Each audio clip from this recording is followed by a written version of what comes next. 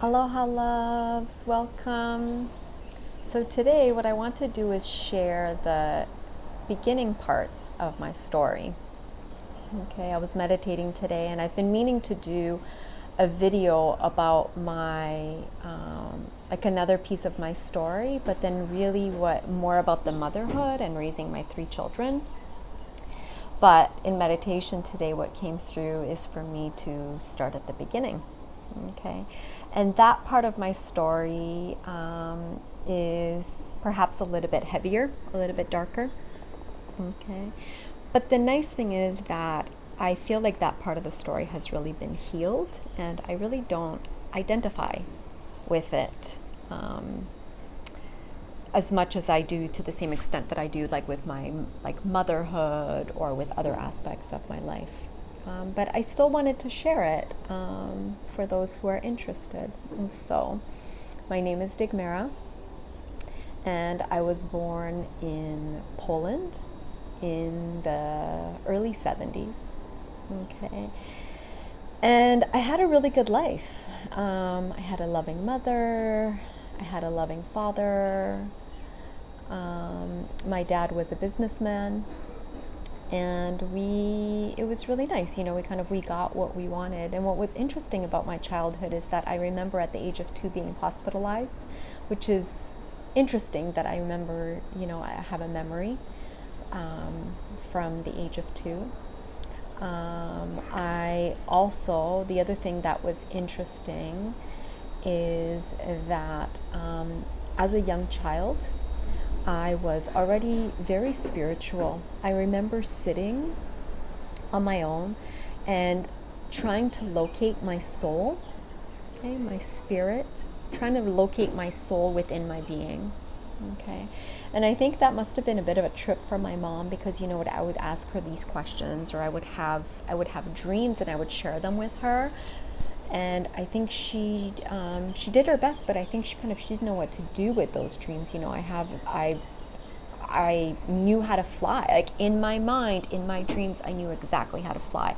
I could describe to you how to like take off, how to land, how to fly. I had dreams, these recurring dreams that really scared me about circles. Um, I, I,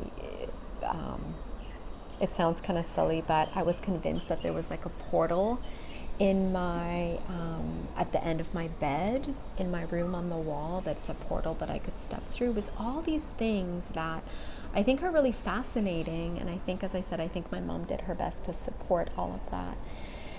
So then when I was and I was also like physically kind of a sickly child. I remember like healers, like alternative medicine healers, coming to the house to try to, heal me. I remember cupping was done on me, and I know cupping is a thing now. It was not back then. Like I remember just being horrified of like fire being put into these like cups and stuck on my back, and I remember just freaking as a child. I think it's also because things were just done, and they're I think it's the way we were raised in the 70s, is that, explanation and, like emotional regulation, and trying to take the time to explain things to children, especially in Eastern Europe. It's just, no, I mean, that didn't happen. It was more about survival mode, right?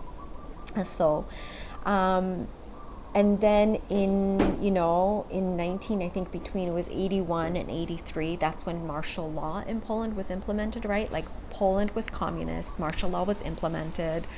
There was a curfew that was imposed. It was from like 7 p.m. to like 6 a.m. you were to be indoors. And then it was extended to, it was like 10 p.m. to 6 a.m. But imagine this lasted for like a year and a half, right? And the toll that has on a nation. Okay, food was rationed. You couldn't just go and get what you wanted. Food was monthly rationed, right? Children had a different ration card compared to an adult card. And you would, I think like your classification was in the middle, like child, and then all around the outside there were like little squares that would be cut out, and it was like butter, sugar, all the essentials were rationed. So then you had to ration it as a parent. You would go to, like, coffee was rationed. I think meat for sure was rationed as well. You had to go to the store. You would line up. You would wait 40 minutes because you were told that, oh, today the meat was arriving, right? So you would go to the store, you would line up, and by the time it came your turn, there may be meat available or there may not be, okay?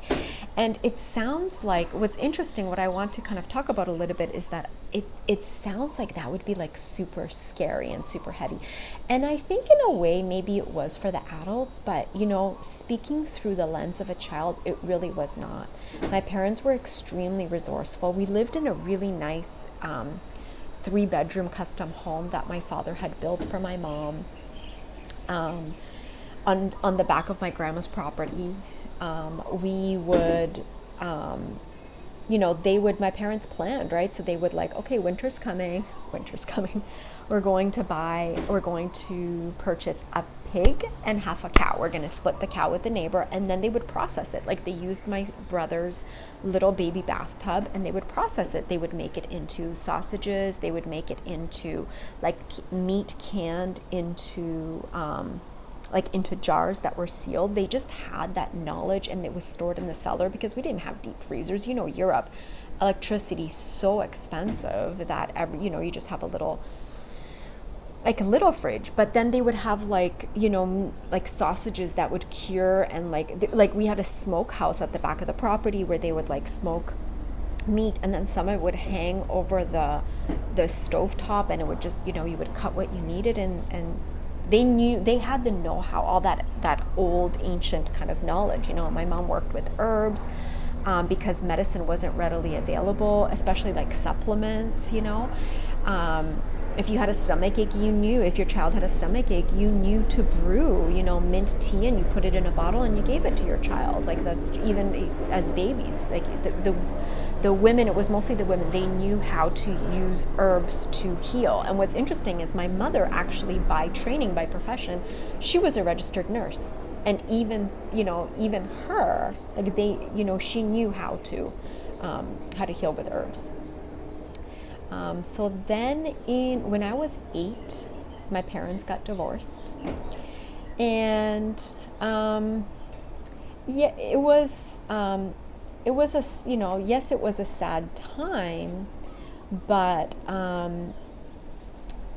it's not, I think, the way it's again, I think it's harder for adults than for children. And I think maybe, it's true, like a child's mind, will suppress certain things and then, later it will come up for them to process, but so my parents got divorced, and we ended up moving into an apartment, and we shared that apartment with a woman and her husband, because it wasn't like you could just go rent an apartment, right?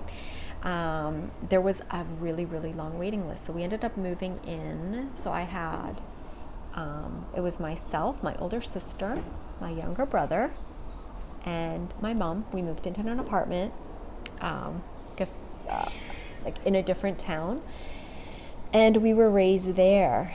And it was at that time that I remember going to church, and it was my first experience of manifestation, where I actually manifested something that I deeply desired. I remember going to Mass. It was a children's Mass.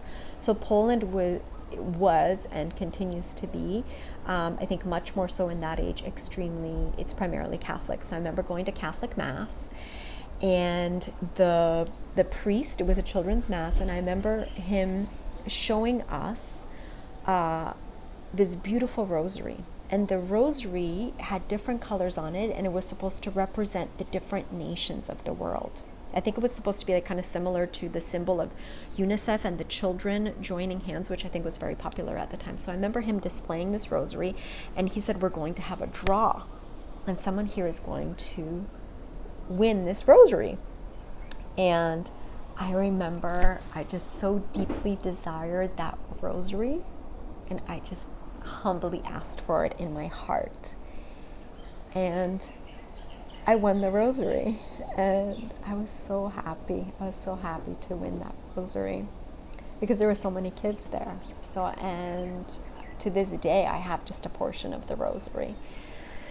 And what's interesting with that rosary is that I misplaced it, I lost it. And I mean, we moved so much. I mean, I think by the time I was in high school, I had attended 10 different schools, if you can believe it. But I think that's also what has made me so resilient, so resilient.